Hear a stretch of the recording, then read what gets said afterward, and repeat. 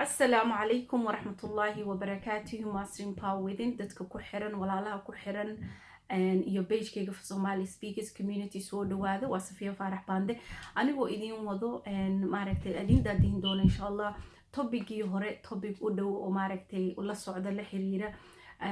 alxamdulillah walaalo badan ayaa maaragtay ula soo xiriiray ayda kuwa email ii soo diray iyo kuwa numberkayga WhatsApp ku haysta oo topic aan ka hadlay ee taabatay waliba maaragtay ayagana suggestion ii sameeyeen ay ugu dhaxeen Safiyo ka waran haddaad topican sii ballaarisid ama aad qodobo waxyaalahaas dadkaas ku saabsan haddaa ka hadli kartid for me horta marka hore wax walba oo topicyada aan keeno waa wax maaragtay psychological ma ahan wax diagnosis ama ahan wax medical ma ahan laakiin psychological marka idin leeyahay hadda maanta topic aan wato kale waxaa kamid ah topic ah magaciisa oo kale aan u bixiyay oo ah ma dareentaa inuu qof ka dhigo inaad waalan tahay adigoona waalnayn adigoona yacni maskaxdaada dareemaysid in uu maaragtay caqligaaga in wax walba tamaam uu ku yahay miyuu qof ka dhigaa ama uu ku dareensiiyaa inaad waalan tahay isna waxay kamid tahay qayb la yiraahdo psychological manipulation psychological manipulation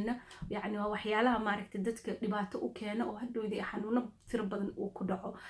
marka aniga ahaan marka aan ka hadlayo topic-yadan waa maaragtay awareness kaasna yani waxa dhici karto marka aan taabto topic-yadeedo kale for example hadda waxaan ka hadli doonaa insha Allah ilaa 6 qodob ama 5 qodob oo kamid ah dadka narcissist excuseska ay sameeyaan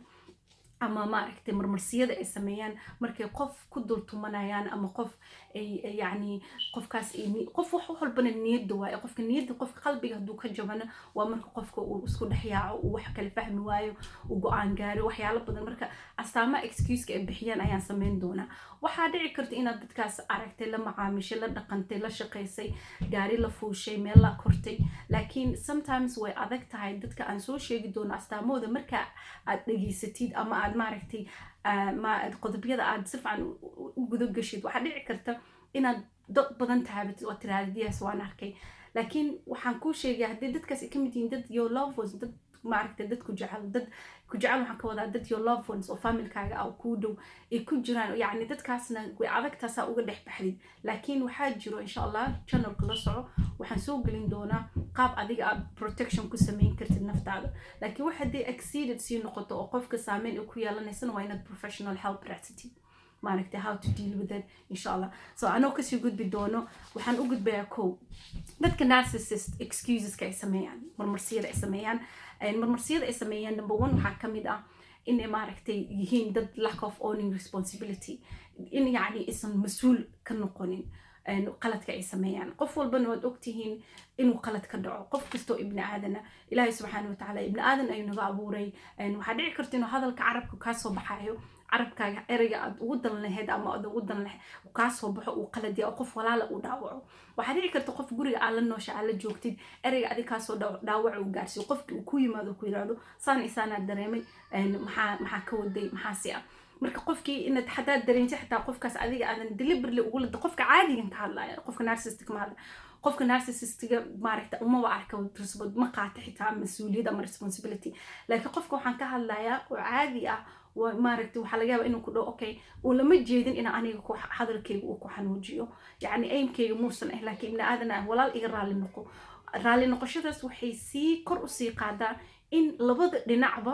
maaragtay function sii noqdaan xiriirka ibn aadanka wuxuu function sii noqdaa oo sii wanaagsanaada sii macaanaada waa marka ay jirto cilaaqaad yani labada qof ay ka wada hadli karaan wixii dhex maro ay uga wada hadli karaan si ay u daawoowaan oo kadibna hore u sii socdaan chapter cusub si aysan beri ugu soo laaban ama ugu noqon maaragtay wax dhibaato laakiin unlike qofka maaragtay narcissist personalitygaas la ama no personality actually dabeecadda ama dhaqankaas leh ama maaragtay oo excuse-ka uu bixiyo waxa kamid ah inaysan responsibility-gooda qaadan number 1 waxa also kamid ah in ay number 2 ay ka dhigaan they make you feel crazy in adiga waalan tahay and for example oo kale wax fact ama waxa isugu imaateen oo sax reality oo ah wixii markaa ku doodeen wixii qaladaad badan soo baxay adiga waxa ogaatay inaad qaldaneen marka waxay isku kahdayayaan inay adiga ka dhigaan qof adiga markastaba qaldan oo yani you're the one crazy waxaan adaa keena you're the one crazy adaa waalan qodobka saddexaad always maxay dhahaan ayaa oo kale for example this is the classic one way oo maaragtay dadka narcissist ama dadka isla qob weyn isla weyn oo qaladkooda aan karin ereyada ay ku dhawaaqaan waxaa kamid ah inay ku dhahaan oo kale and you know what qof aniga ila mid adduunka maba ka helaysidbo qof dabeecadaan leeyahay caqligaan leeyahay kartidaan leeyahay maba helaysid yani adduunka kale haddaa fiirsid qof ii qalma ama qof aa u dhigta ma helaysid yani be quiet or shut up so this is waxay ka mid tahay manipulationka ay isticmaalaan maaragta plottingka ay sameeyaan subxaan allah waxaa fiican qof ibni aadana inaad iska ilaalisid waayo maalinka yowmal qiyaamo ilaahay subxaana watacaala wuu nu su-aalayaa xubnaheena xataa hadlaya waxa aan sameynay marka imagine qof ibni aadana qalad ah ka sameysay qofkiina qaladka intaa adiga qiran lahayd ama aad at the same time maaragta qofka aad ka ilaalin lahayd inaa adiga dhibaato u gaarsiinin ka waran haddaa qofkii aad maaragtay dhexdid taasna waxay sameeyaan okay this is secret markii ay dhahayaan oo kale qof aniga ila mida ma helaysid badana ay ku dhaqmaan ereygaas oo kan saddexaad ah yani waxay rabaan inaad maaragtay aad qof kor aadin aad hoos usii degtid oo qofkaas aad u aragtid inuu qof adduunka dadka kale uusan ka fiicnayn oo yani aad tirahdid qofkan intaan ku haystaa daxsed leave it so adiga inaad xarig ku xirnaatid oo aadan kor u soconin okay another thing ay sameeyaan waxaa ka mid ah maadaama aan soo sheegay make you feel crazy oo kale sida hadda for example markii muran la bilaabo ama waxa isku qabsataan oo kale qofkaas ama wixiina uu sax yahay adigana aad wax laga yaabo inuu asaga kuu bilaabo qofkaas muranka ama iyada ay kuu bilaawdo markay kuu bilaabaan kadib adiga aad soo dhexgashid murankii hadhowdiina argumentka markuu batadimta usoo noqdaan ay adig ku dhahaan adiga ahayd adiga qaladka lahaa so taasna way ku fiican yihiin okay waxay kaloo ay dhahaan ma tihid qof wanaagsan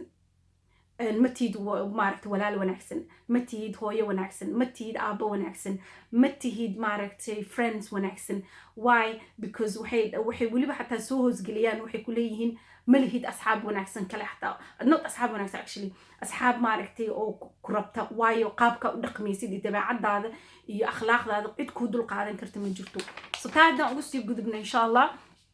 hadduu iga go videogan waxaan ku dari doonaa video kale insha allah waxaan qaybta labaadan kasoo hadli doonaa oo ah how they make you feel maaragta inay kaa dhigaan qof crazy ah this is waxaan kusoo qaadanaa wax classic la dhaho gaslightkana waxaa laga wadaa inay adiga leer kugu shidaan leer yacni waali oo ay kaa yareeyaan for example oo kale kalsoonida isku qabtay in ay maaragtay dad waxaa jira subxaan allah